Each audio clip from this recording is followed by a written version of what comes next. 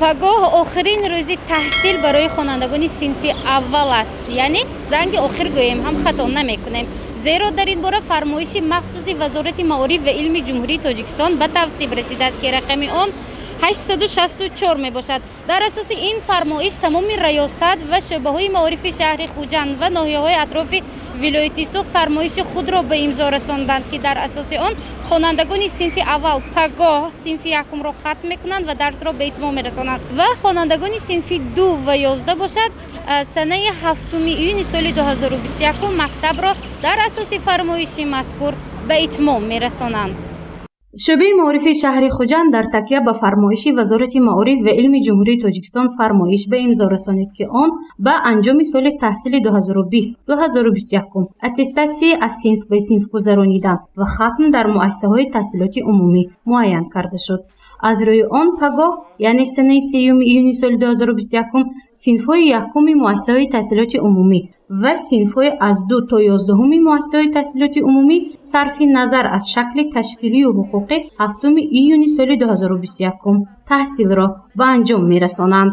طبق فرمایش وزیر معارف و علم جمهوری تاجیکستان از سنه 1 ایونی سال 2021 تحت رقم 864 مشغولیت‌های تعلیمی در مؤسسه‌های تعلیمی تمام جمهوری برای صنف‌های 1 سنه 3 و برای صنف‌های 2 تا 11 سنه 7 به انجام می‌رسد.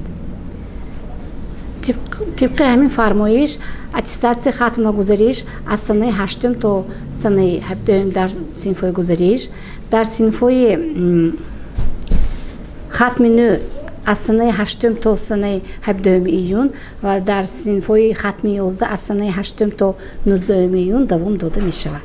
аттестатсияи хатми синфҳои 11 муассисаҳои таҳсилоти умумӣ новобаста аз шакли ташкилии ҳуқуқӣ барои довталабони аттестати аълои универсалӣ бо медали тилло ва нуқра, аттестати аълои равиявӣ бо медали тилло ва нуқра дар ҳудуди муассисаҳои таълимие ки довталаб дар он таҳсил мекунад гузаронида мешавад. натиҷаи он барои ташхис ва шӯъба ва ё раёсати маориф дар муҳлатҳои муайян намудаи санадҳои меъёрии ҳуқуқӣ пешниҳод карда мешавад.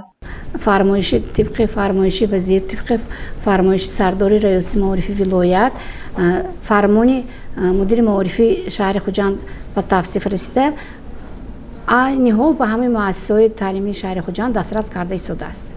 дар шаҳри Хуҷанд соли хониши таҳсилии равон синфи 11-ро 2736 нафар хатм менамоянд, синфи 9-ро 3271 нафар ба итмом мерасонанд. аз рӯи маълумотҳо дар муассисаҳои таҳсилоти ҳамагонии умумӣ ва хусусӣ 43916 нафар ҳоло таҳсил мекунанд, ки онҳо аз санаи 7 июн таътилро оғоз хоҳанд намуд.